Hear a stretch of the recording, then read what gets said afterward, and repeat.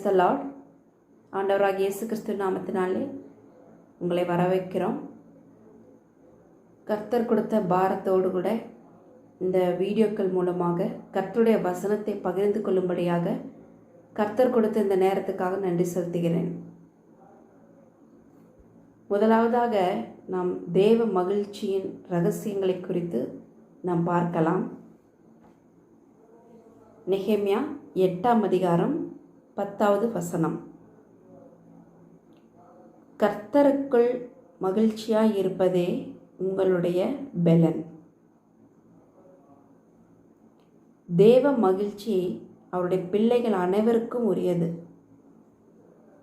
அவருடைய வார்த்தைக்கு தங்களுடைய இருதயங்களில் தினந்தோறும் இடமளிப்பவர்களுக்கும் அதை சாந்தமுடன் ஏற்றுக்கொண்டு விசுவாசத்துடன் கீழ்ப்படுகிறவர்கள் எல்லாரும் இந்த தேவ சந்தோஷத்தை அனுபவிக்கலாம். இந்த நெகேமியா 8ஆம் அதிகாரத்திலே பார்க்கும்போது இங்கே இஸ்ரவேல் மக்கள் எல்லாரும் ஒற்றுமையுடனும் ஒரே நோக்கத்துடனும் ஒரே சிந்தையுடனும் கூடி தேவனுடைய வசனத்தை புதிய விதமாக பெற்றுக்கொள்ள ஆயத்தமாக இருந்தனர் என்பதாக நெகேமியாவின் புத்தகம் 8ஆம் அதிகாரத்திலே பார்க்கிறோம். தேவனுடைய ஊழியக்காரர் அந்த வசனத்தை மக்களுக்கு விளக்கி காண்பித்து வியாக்கியானம் செய்த வேளையில் மகிழ்ச்சி அவர்களின் உள்ளங்களை நிரப்பினது. அங்கே மிகுந்த சந்தோஷம் உண்டாயிற்று என்று நெகேமியா 8:17 நாம் பார்க்கிறோம். நம்முடைய முரட்டாட்டத்தாலும் மதியனத்தாலும் கடந்த கால வாழ்க்கை கனியற்றதாகவும் தோல்விகள் ஏமாற்றங்கள் நிறைந்ததாகவும் இருந்திருக்கலாம். ஆனால்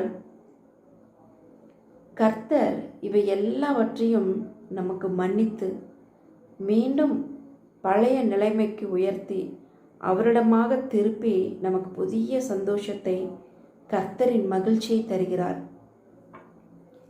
அந்த மகிழ்ச்சியே நம்முடைய பலனாக இருக்கிறது. நாம் அவரிடம் திரும்பின நொடியிலேயே அந்த சந்தோஷம் நம்மிலே தொடங்குகிறது. நாம் கர்த்தருடன் வழி நடக்கும்போது அது வளர்ந்து பெருகுகின்றது.